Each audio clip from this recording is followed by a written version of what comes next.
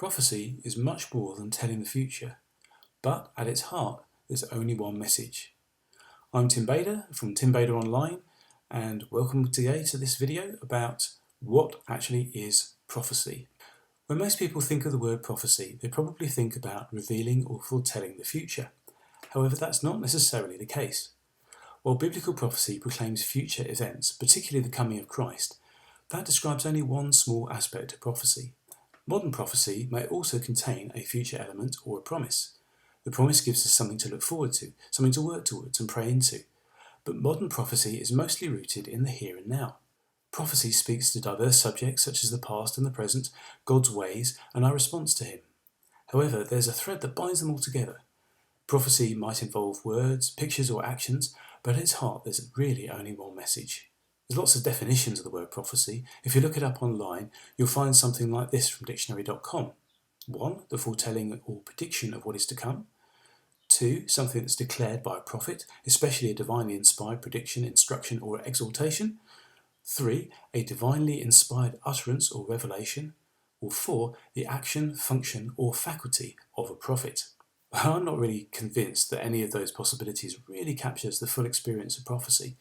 To learn how to prophesy or operate in the gift of prophecy involves cooperation with the Holy Spirit at every stage.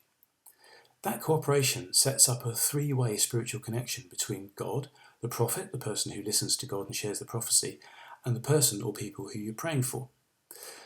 Amazingly, that connection and interaction can sometimes change the prophet as much as the shared word changes the one to whom they prophesy. Here's my definition, which attempts to capture something of the cooperative nature of prophecy. Prophecy is a message from God, spoken through one person and shared with another. This message points both people, the speaker and the listener, back to God. I think that statement distills prophecy down to its most basic constituents.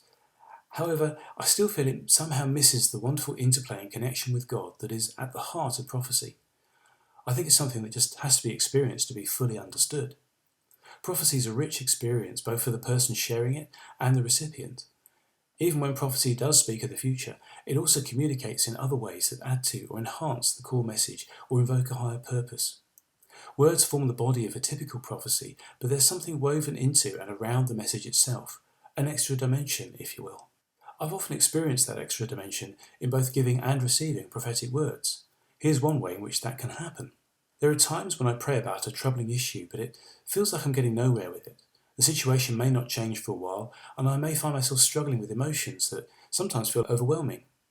Then someone else prays for me, and they tell me something about the situation that they couldn't possibly have known. That knowledge instantly cuts through the atmosphere of my mind and reminds me of several things. First, that God is real and understands everything about my life. Second, that God is present in the situation and cares deeply about it. And thirdly, that He's the answer to my problem. That moment establishes a connection between heaven and earth, which wasn't there before. Digging deeper into what prophecy is, another way we could define it is this.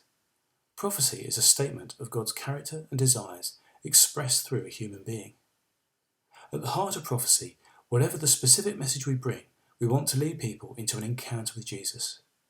If in the process of receiving a prophecy someone meets with Jesus, then the actual words they hear may not really matter.